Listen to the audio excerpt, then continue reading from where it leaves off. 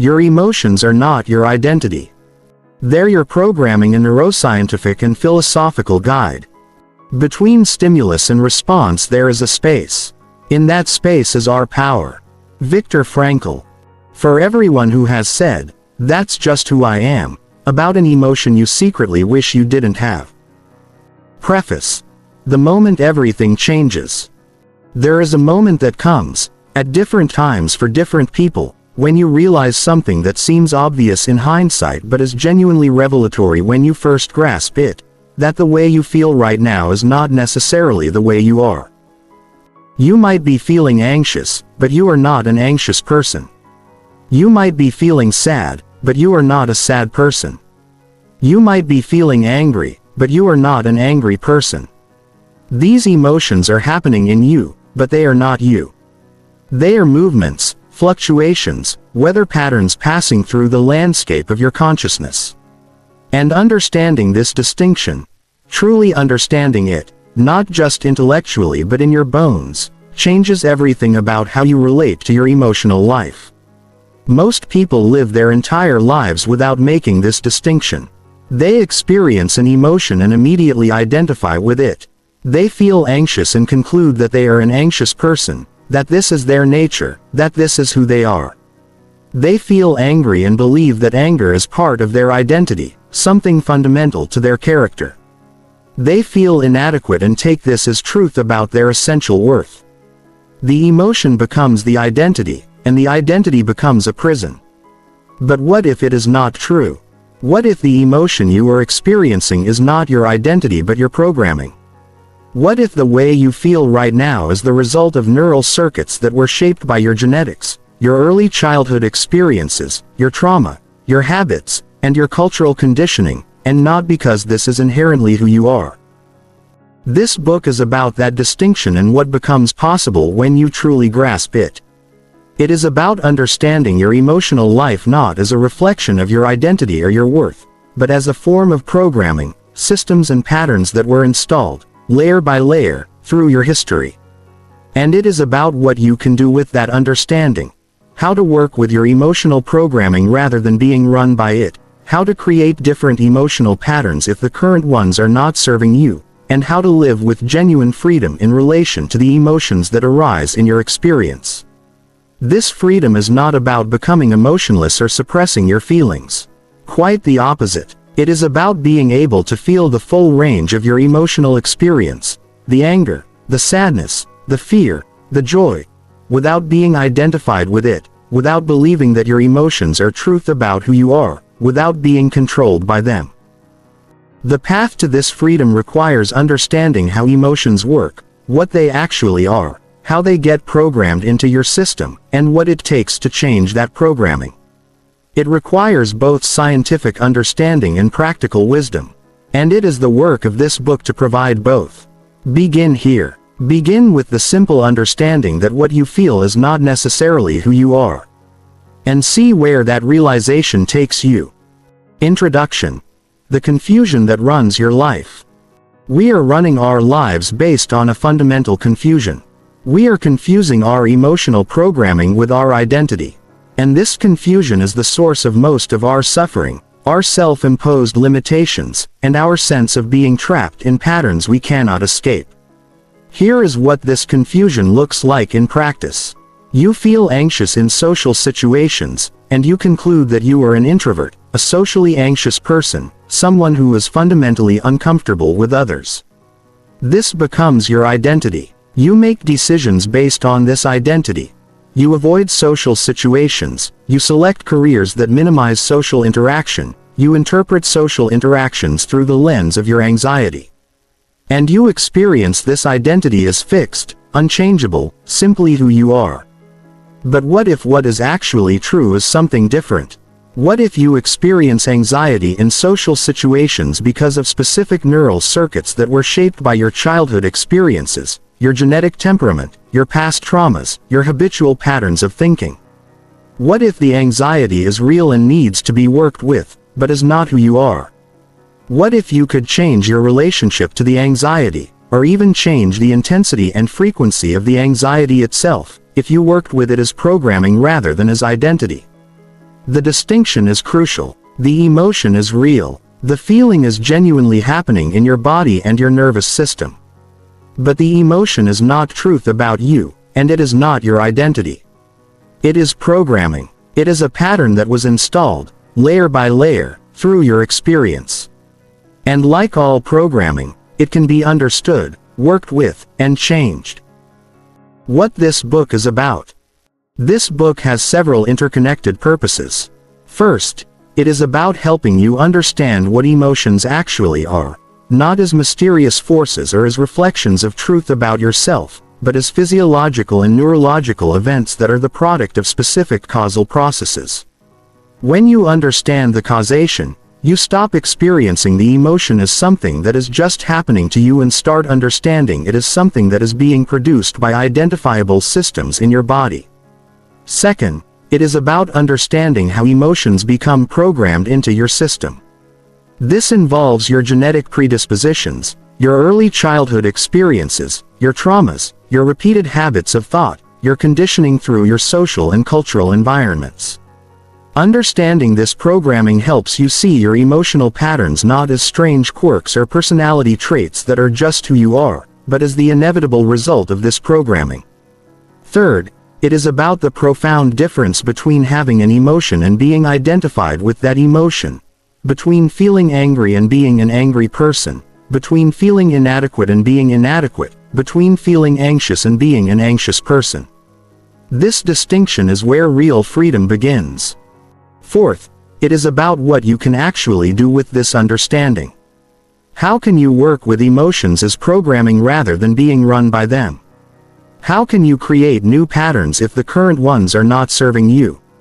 How can you live with the freedom of understanding that your emotions are not the final truth about who you are or what you are capable of? The central insight. The central insight of this book is simple but profound. Your emotions are not your identity, they are your programming. They are the output of specific neural systems that were shaped by your genetics, your history, your habits, and your circumstances. Understanding this allows you to have a completely different relationship with your emotional life, one of observation and choice rather than identification and compulsion. Chapter 1. What we get wrong about emotions.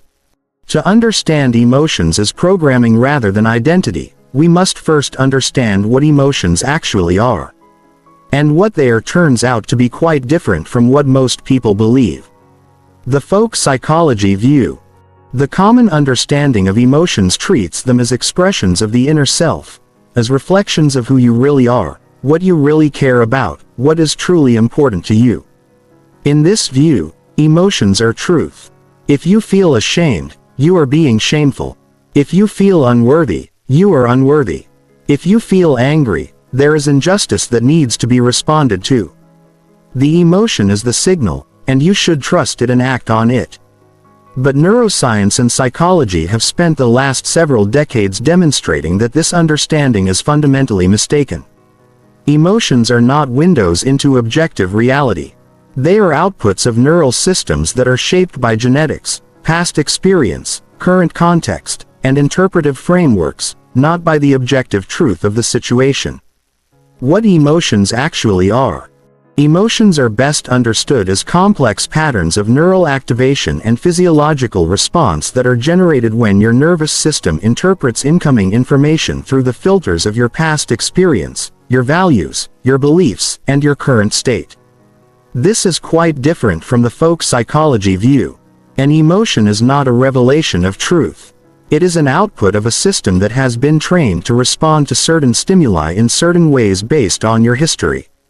It is more similar to how a computer program generates output based on its programming than to a direct perception of reality. Two people witness the same situation, perhaps a boss giving critical feedback. The first person feels defensive, angry, and hurt. The second person feels curious and motivated to improve. Neither person is perceiving reality more accurately than the other. Both are experiencing different emotional responses based on their different histories, their different interpretive frameworks, their different nervous system conditioning. The three components of emotion. Modern emotion science has clarified that emotions actually consist of three integrated components: a cognitive, evaluative component, a physiological component, and an action tendency component. All three components are real. When you feel anxious before a presentation, there are genuine changes in your heart rate, your breathing, your blood pressure. There is genuine activation of your threat detection system. But the threat being detected is not a threat from the presentation itself. It is a threat interpreted through your history, your beliefs, your past experiences. The important thing to understand is that all three components are the product of neural programming. Your cognitive interpretation is shaped by past experience. Your physiological response is shaped by your nervous system's learned associations. Your action tendency is shaped by patterns of behavior that you have practiced repeatedly. The emotion identity confusion. The confusion that costs most people their freedom is the confusion between having an emotion and being identified with that emotion. It seems like a small distinction, but it is actually a vast one. When you experience an emotion and then identify with it, when you say, "I am anxious," or "I am angry," or "I am inadequate," you are making a category mistake. You are taking a temporary physiological and neurological state and treating it as an enduring characteristic of who you are. This confusion creates a feedback loop that intensifies the very emotion you are identifying with. When you identify as an anxious person, you interpret your anxiety as confirmation of your identity. You begin to expect anxiety. You make choices that avoid situations that trigger anxiety. The identity becomes a self-fulfilling prophecy. Breaking this loop requires the clear seeing that an emotion is something that is happening, not something that you are. It is a temporary state being produced by your nervous system based on its programming, not a permanent characteristic of your identity. Chapter 2. How Emotions Are Programmed, the Machinery of Feeling. To understand emotions as programming, we need to understand how emotions get programmed into your system in the first place. The programming happens through several interconnected pathways, each of which deserves examination. The classical conditioning pathway. The most straightforward mechanism through which emotions get programmed is classical conditioning, the pairing of a neutral stimulus with an emotionally significant stimulus repeatedly, until the neutral stimulus alone begins to trigger the emotional response. Classical conditioning is profoundly powerful because it operates largely outside of consciousness. You are not learning that you should be anxious in these situations through any kind of rational process. The pairing of stimulus and response happens automatically, and the conditioning operates automatically. The operant conditioning pathway. A second major pathway through which emotions become programmed is operant conditioning, the process through which behaviors that are followed by rewarding consequences become more likely, and behaviors followed by punishing consequences become less likely. Operant conditioning shapes emotions primarily through the patterns of behavior that it reinforces. If anxiety is followed by avoidance, and avoidance is followed by relief, the brain learns that anxiety followed by avoidance leads to reward. This reinforces both the anxiety and the avoidance. The crucial thing about operant conditioning is that the reinforcement happens automatically and outside of conscious awareness. The nervous system is learning associations between emotions and consequences without you having to decide that you are learning them. The observational learning pathway. A third pathway through which emotions become programmed is through observational learning, learning through watching others, particularly attachment figures and people we identify with. Children learn emotional responses by observing the emotional responses of their parents and caregivers. If a parent responds to a situation with anxiety, the child learns that situation is threatening. The learning happens through observation and modeling completely outside of consciousness. Cultural transmission works through the same mechanism. If you are in a culture that emphasizes shame as a way of regulating behavior, you will learn shame-based emotional responses. The culture programs your emotional responses through the everyday models that you observe and absorb. The cognitive interpretation pathway. A fourth pathway involves the interpretation or meaning you assign to situations and events. If you interpret criticism as evidence that you are inadequate, your nervous system will respond with shame and self-doubt. If you interpret the same criticism as useful feedback for improvement, your nervous system will respond with interest and motivation. These interpretations are shaped by your previous experiences, the narratives you have absorbed, your cultural background, your family stories, your past trauma. Over time, through repeated exposure to situations and the consistent interpretation of those situations through the same lens, emotional responses become programmed. The physiological state pathway. Finally, emotions can be programmed through patterns of physiological state. If your body is frequently in a state of activation, if you have chronic stress, poor sleep, inadequate nutrition, your nervous system learns to respond to the world as though it is chronically under threat. Similarly, if your body is frequently in a state of deactivation, if you have depression or are in a state of chronic demoralization, your nervous system learns apathy, hopelessness, and withdrawal. The emotional programming is not just cognitive or behavioral. It is physiological. Chapter 3. The Neuroscience of Emotional Circuits. Understanding how emotions are programmed requires some understanding of the neurobiology of emotion, the actual brain systems and neural circuits that generate emotional responses. The amygdala and the threat detection system. The most prominent neural structure in emotion science is the amygdala, a small, almond-shaped structure deep in the brain that serves as the primary threat detection system. The amygdala is exquisitely tuned to detect signals of potential danger in the environment. What is crucial to understand about the amygdala is that it does not operate logically or rationally. It is designed for speed. It can generate a fear response in milliseconds, before conscious awareness has even registered what it is responding to. This made perfect evolutionary sense. If there was a threat, you did not have time to consciously deliberate. But here is the problem. The amygdala learns through conditioning. When you experience a negative event, the amygdala learns that situations similar to that one are dangerous. And once the amygdala has learned that something is dangerous, it will respond to situations that resemble that dangerous situation with the same fear response, regardless of whether the current situation is actually dangerous. The prefrontal cortex and emotional regulation. If the amygdala is the accelerator of fear, the prefrontal cortex is the brake. The prefrontal cortex is the region most responsible for rational thought, deliberation, perspective-taking, and emotional regulation.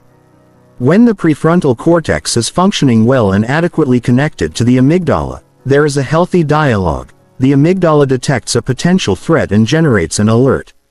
The prefrontal cortex receives the alert, examines the actual situation, and either confirms the threat or reinterprets the situation as safe.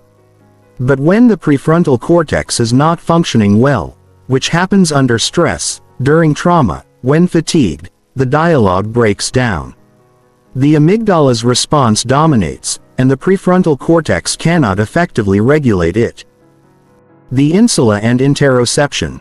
Another important region for emotion is the insula, a region deep in the brain that is responsible for interoception, which is the sensing of your body's internal state. The insula takes the signals from your body and converts them into conscious bodily awareness. When the insula is working normally, you have good access to your body's signals. But when the insula is disrupted, which often happens in trauma or chronic stress, you can lose access to your bodily signals. Neuroplasticity and the possibility of change.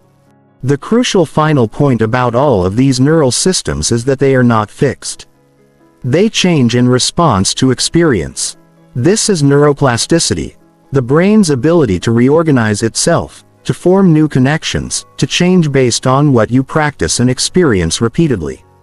This means that if your amygdala has learned to be afraid of particular situations, it can learn not to be afraid through repeated safe exposures. If your prefrontal cortex has been weakened by trauma, it can be strengthened. The neural circuits of emotion are not destiny. They are programming, and programming, by definition, can be changed. Chapter 4. Your temperament, the hardware you were born with. Before you learned anything through experience, Before you developed any behavioral patterns, before you had any life events that shaped your psychology, you already had a fundamental emotional predisposition. This is temperament, the genetic and biological foundation that influences how you tend to respond emotionally. The temperament dimensions. Researchers have identified several fundamental dimensions of temperament that appear to be partly genetic and partly shaped by very early experience. These dimensions are not personality traits, they are emotional predispositions. One dimension is sensitivity or reactivity. Some people's nervous systems are highly responsive to stimulation, while others are less reactive. A highly sensitive nervous system responds strongly to the same stimulus that a less sensitive nervous system barely registers. A second dimension is approach withdrawal orientation. Some people's nervous systems are biased toward approaching novel stimuli and trying new things, while others are biased toward withdrawing and being cautious. A third dimension is positive affect-negative affect balance. Some people's baseline emotional states tend to be more positive, while others tend to be more negative. A fourth dimension is regulatory capacity. Some people can manage their emotional states relatively easily, while others have more difficulty with emotional regulation. Temperament is not destiny. The crucial thing to understand is that temperament is your starting point, not your destination. Yes, you may be born with a nervous system that is highly sensitive. These are real characteristics of your neurobiology. But none of these temperamental predispositions are destiny. Temperament sets the baseline, but experience shapes what you do with that baseline. A person born with high sensitivity can learn to manage their responses to overstimulation. A person with a withdrawal bias can learn to approach novelty. What is required is an understanding that your temperament is not a problem. It is simply the hardware you were working with.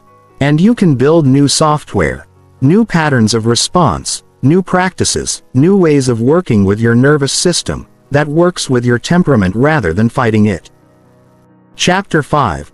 Childhood Programming, How Early Experience Shapes Emotional Patterns. If temperament is the hardware you were born with, childhood experience is where much of the software gets installed. The first years of life are extraordinarily important for emotional development, attachment and the roots of emotional safety. The psychologist John Bowlby's groundbreaking work on attachment revealed that the quality of the relationship between a child and their primary caregivers is the foundational programming for emotional life. When a caregiver is consistently responsive to a child's needs, when the child cries and the caregiver comes, when the child is afraid and the caregiver provides comfort, the child's nervous system learns that the world is safe and that they can rely on others. This creates what is called secure attachment. When caregiving is inconsistent, cold, punishing, or absent, the child's nervous system learns different lessons. It learns that the world is unpredictable, that needs may not be met, that reaching out may result in rejection or harm. This creates what is called insecure attachment. These patterns are not conscious beliefs. They are automatic patterns of nervous system activation that shape emotional responses throughout life. The person with secure attachment will tend to feel that relationships are reliable. The person with insecure attachment will tend to feel that relationships are fragile. Neither of these patterns is permanent. Neural circuits formed in childhood can be changed, but they are the foundation of emotional programming that requires understanding and intentional work to change. Trauma and wounding. Beyond the baseline of attachment security, specific traumatic or wounding events in childhood create deep emotional programming. When a child experiences abuse, neglect, loss, or humiliation, these events become encoded in their nervous system in particular ways. Traumatized nervous systems are stuck in a kind of frozen time. They are responding as if the original danger is still present. This will be explored further in a later chapter on trauma specifically. But it is important to mention here because childhood trauma is one of the most significant sources of emotional programming. Modeling and the internalization of parental patterns. Beyond attachment and trauma, children also learn emotional patterns through modeling, by observing their parents and caregivers and internalizing their emotional responses. Many people report being shocked to hear themselves using their parents' words or responding in their parents' way, despite having sworn they would never do so. This is the modeling effect in action.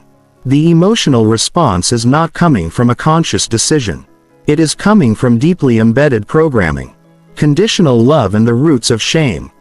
Another crucial source of childhood programming is the degree to which a child's parents offer unconditional versus conditional love. When parents express love unconditionally, the child internalizes a sense of inherent worthiness. But when parental love is conditional on achievement, appearance, or behavior, a different programming takes hold. The child learns that they are only lovable when they perform well. They internalize shame about their natural self. This conditional love programming creates what the psychologist John Bradshaw called toxic shame, a deep sense that there is something fundamentally wrong with who you are. And toxic shame becomes a central organizing principle for emotional and behavioral patterns throughout life. Chapter 6. The Stories We Tell: How Narrative Shapes Emotional Identity. Beyond the direct programming of childhood experience, there is another crucial layer of emotional programming: the stories you tell yourself about yourself. These narratives shape how you interpret events and what emotional responses you habitually generate. The power of narrative. Humans are narrative creatures. We do not simply experience events.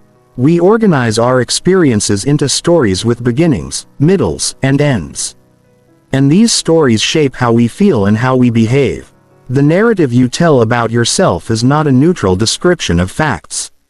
It is an interpretation of facts, selected and organized in particular ways. Two people can have the same experience and tell completely different stories about what it means. One person might interpret a romantic rejection as evidence of a story: no one will ever love me. There is something fundamentally unlovable about me. This interpretation generates emotions of shame, despair, and hopelessness. Another might interpret it as, this person and I were not the right match. I am lovable, and this just wasn't right. This generates emotions of sadness, but not shame. The origin of the stories. The stories you tell about yourself do not come from nowhere. They are shaped by the explicit messages you received from your parents, the implicit messages conveyed through how you were treated, the cultural stories you absorbed, your interpretation of significant events, the feedback you received from the world. Often, the stories are established early and then become self-perpetuating. If you absorb the story that you are shy, you will interpret ambiguous social interactions through that lens. The story becomes identity. Narrative revision is a tool for change. One of the interesting things about stories is that they are revisable. Unlike facts, which are either true or not, stories are interpretations, and interpretations can change.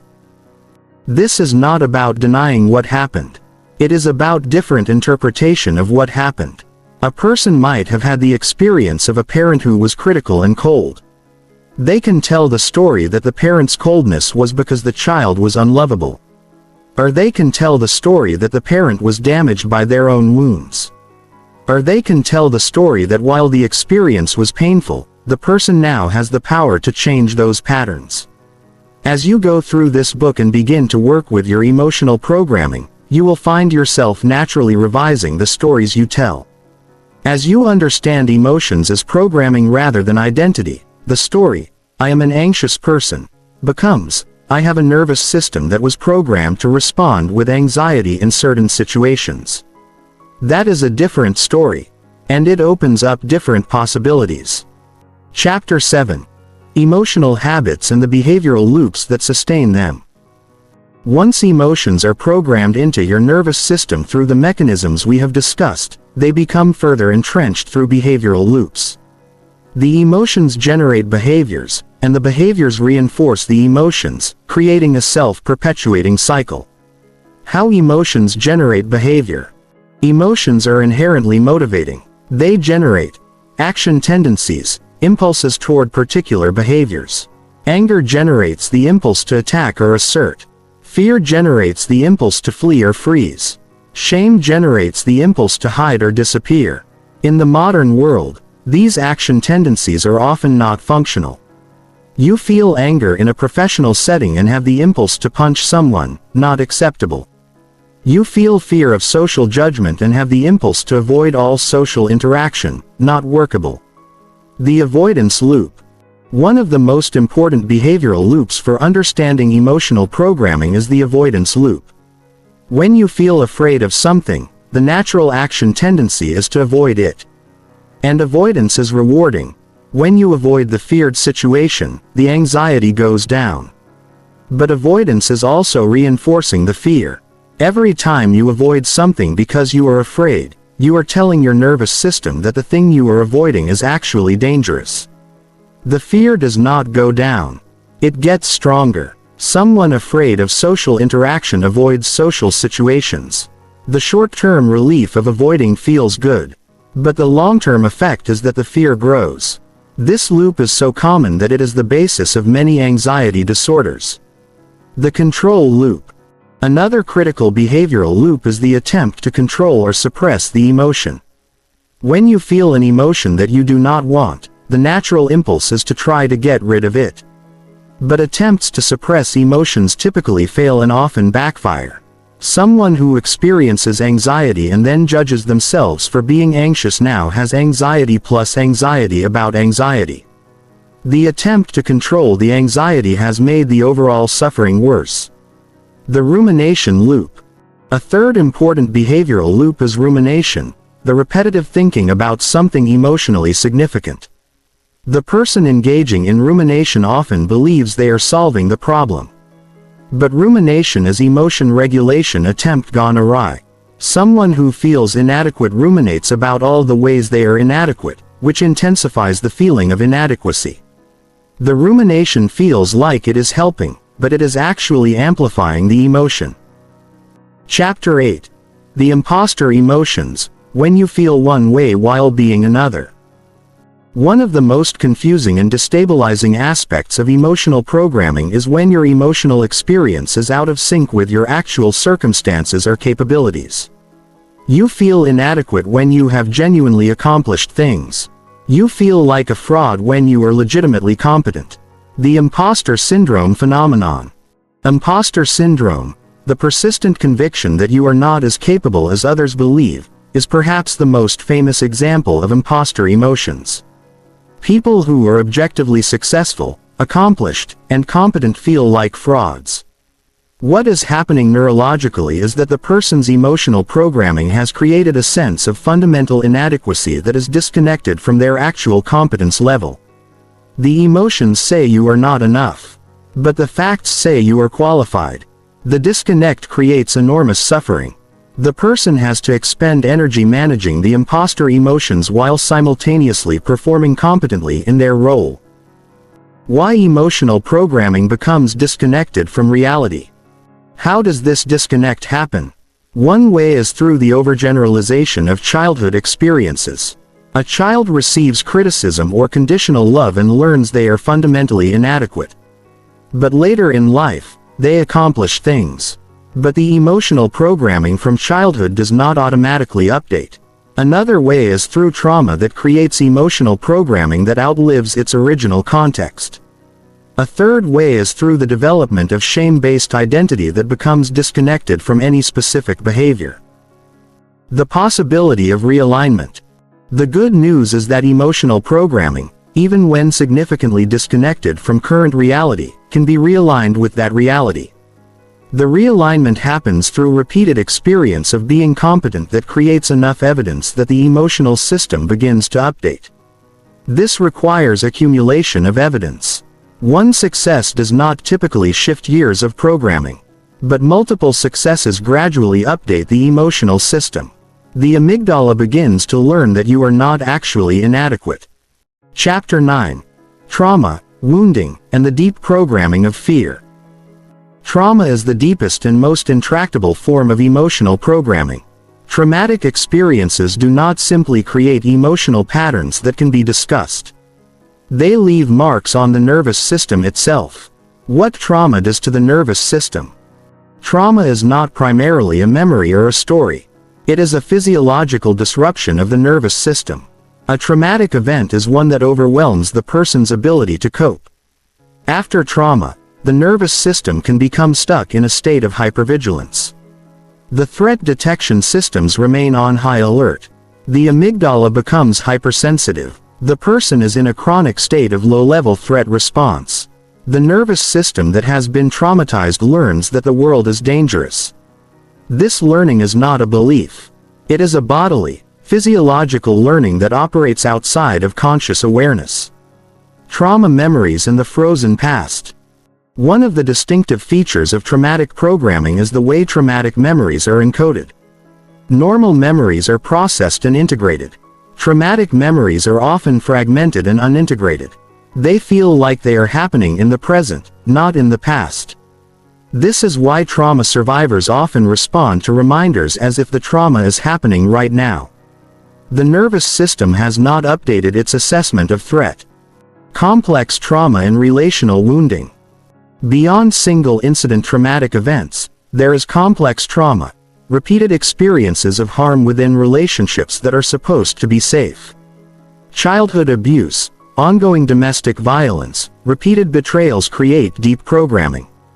When the person who is supposed to protect you is the source of harm, the nervous system faces an impossible situation.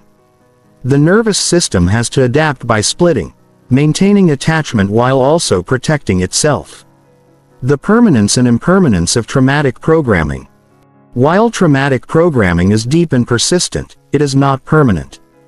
The nervous system can be healed. But this healing does not happen automatically with time. The healing requires specific kinds of intervention and support. There is a dignity in understanding that you are not broken for still being affected by trauma. Your nervous system is doing what it was designed to do. Chapter 10. Why suppression and resistance fail. Having understood how emotions are programmed, we come to a critical question.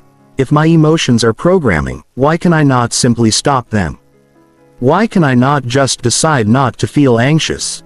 The answer is the subject of this chapter, because suppression and resistance of emotions do not work.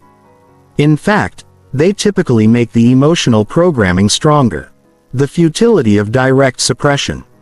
The most straightforward approach to dealing with unwanted emotions is to try to suppress them, to not feel them, to push them away.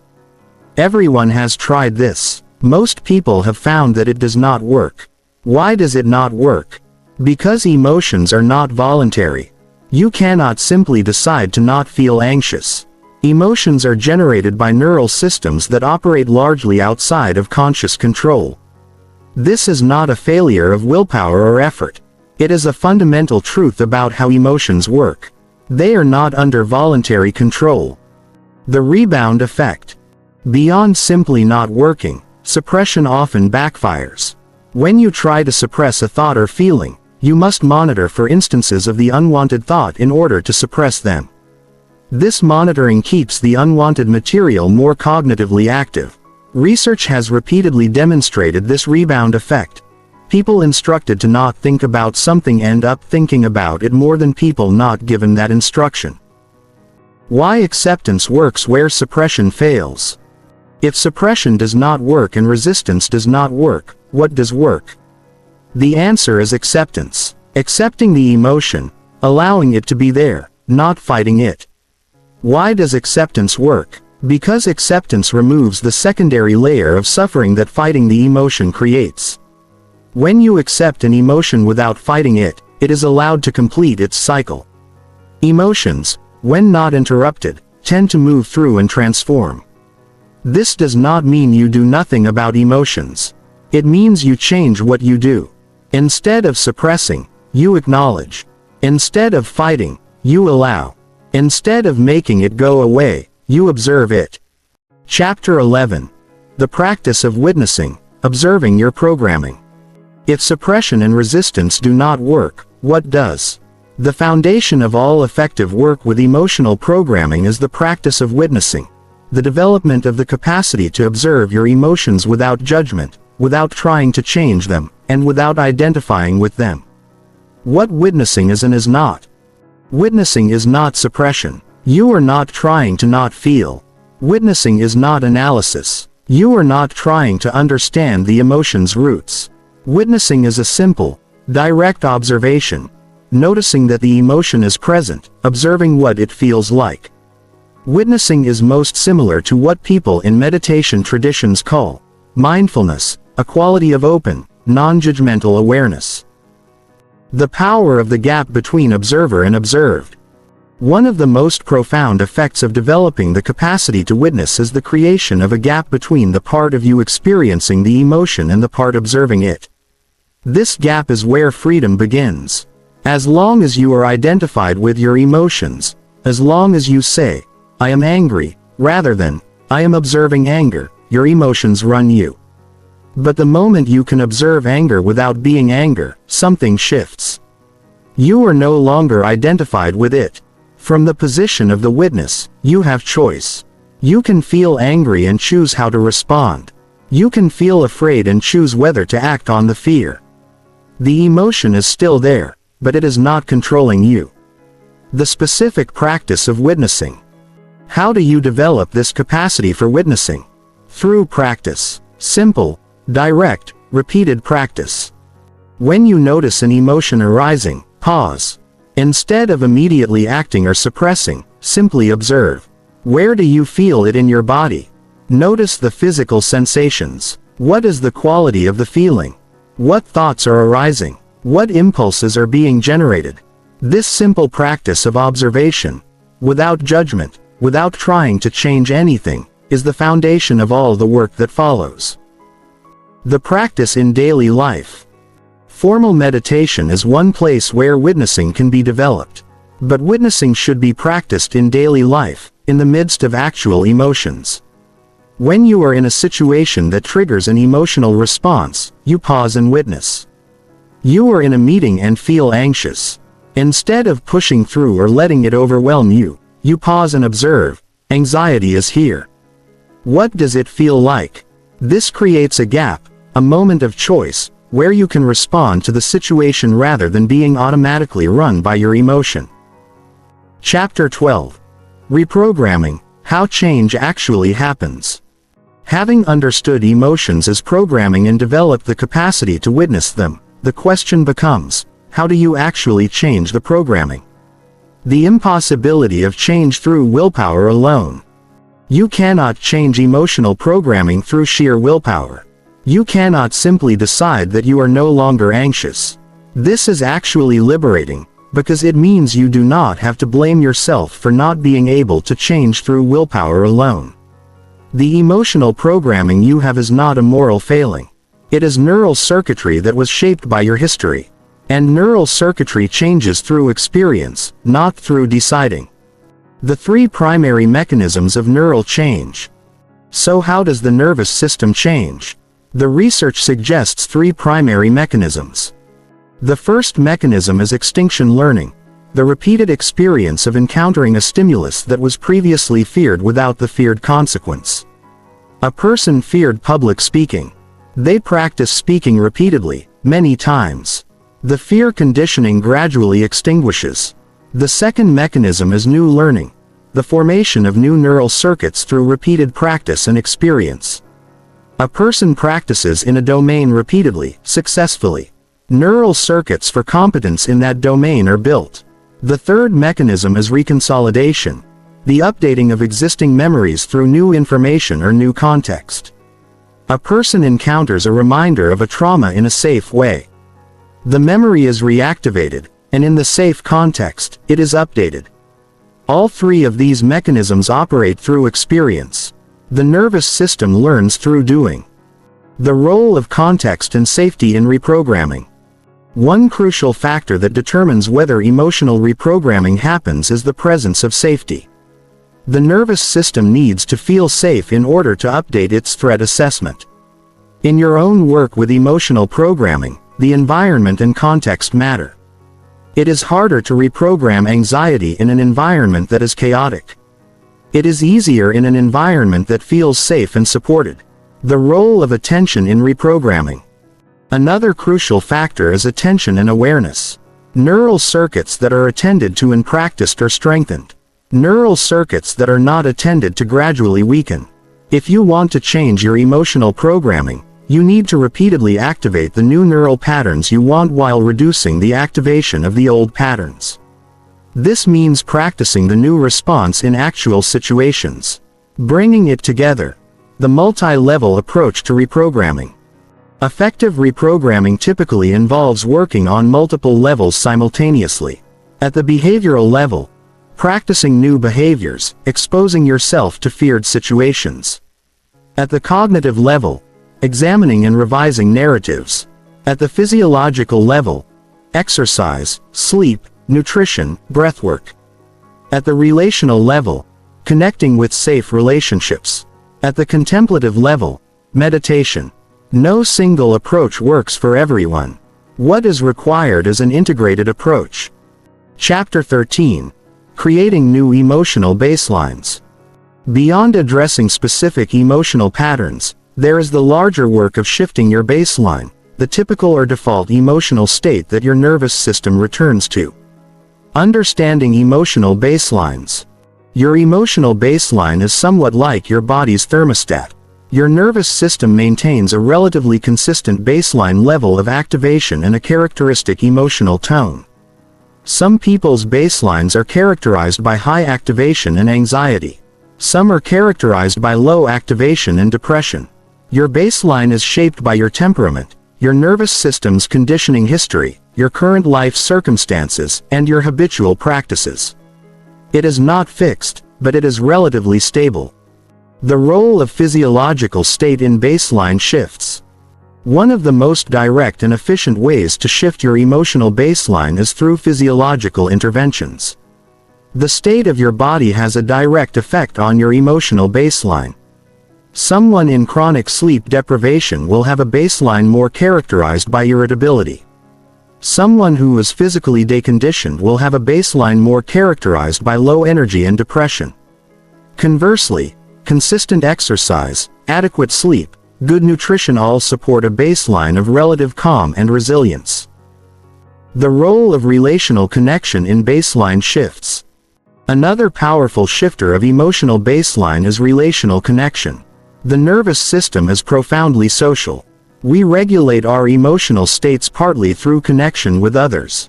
When we are in a relationship with someone who is calm, regulated, and safe, our nervous system tends to calm as well.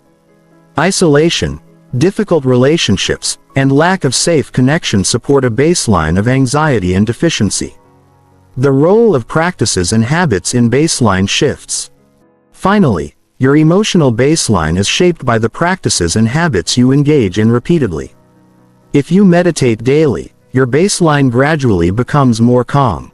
If you practice gratitude, your baseline gradually becomes more positive. What all have in common is that they are not heroic effort. It is modest, consistent practice sustained over time that gradually reprograms the nervous system. Chapter 14. Freedom from emotional identity. Living as conscious choice. We arrive now at the ultimate destination of this journey, genuine freedom from emotional identification. What freedom actually means. Freedom from emotional identification does not mean having no emotions. It means having access to the full range of your emotional life without being controlled by it. It means being able to feel anger without being run by anger. What freedom actually means is the development of mature emotional agency, the capacity to have emotions and, at the same time, to choose how to respond. You feel anxious and you act anyway. You feel afraid and you move toward what matters. The difference between reacting and responding. One of the most practical ways to understand emotional freedom is the distinction between reacting and responding. When you are identified with an emotion and run by it, you react. The emotion arises and you automatically do what it is designed to make you do. When you have developed freedom from emotional identification, you respond. You notice the emotion and choose.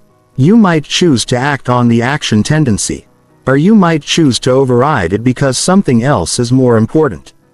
The role of values in creating freedom. One of the most powerful supports for maintaining emotional freedom is clarity about your values, what actually matters to you. When you are clear about your values, You have something larger than the emotion to orient toward. Someone who values honesty but is afraid of conflict can feel the fear and still speak the truth because honesty is what matters. The emotion is still there, but it is not the final arbiter of behavior. Living with emotional fluidity. Another aspect of emotional freedom is the capacity for emotional fluidity, to move through the full range of emotions without being stuck. Most people without freedom from emotional identification are somewhat stuck. Emotional freedom allows for emotional fluidity. You can feel anxiety and then move into calm. You can feel sadness and then move into joy. The emotions are allowed to move and change.